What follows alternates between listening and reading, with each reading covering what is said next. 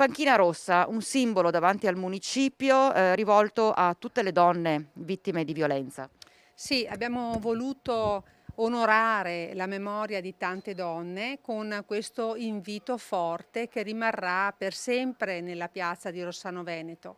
Un grazie all'assessore Elga Battaglin che ha portato avanti il progetto insieme al CIF di Rossano e a Spazio Donna di Bassano del Grappa.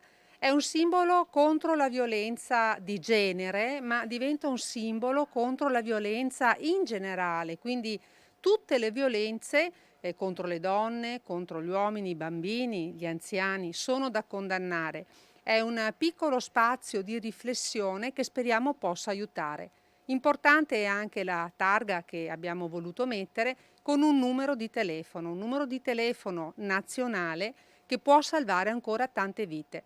Se vedete violenza, denunciate. E la parola d'ordine deve essere proprio denuncia. Denunciate qualsiasi violenza perché una rete pronta ad aiutarvi c'è.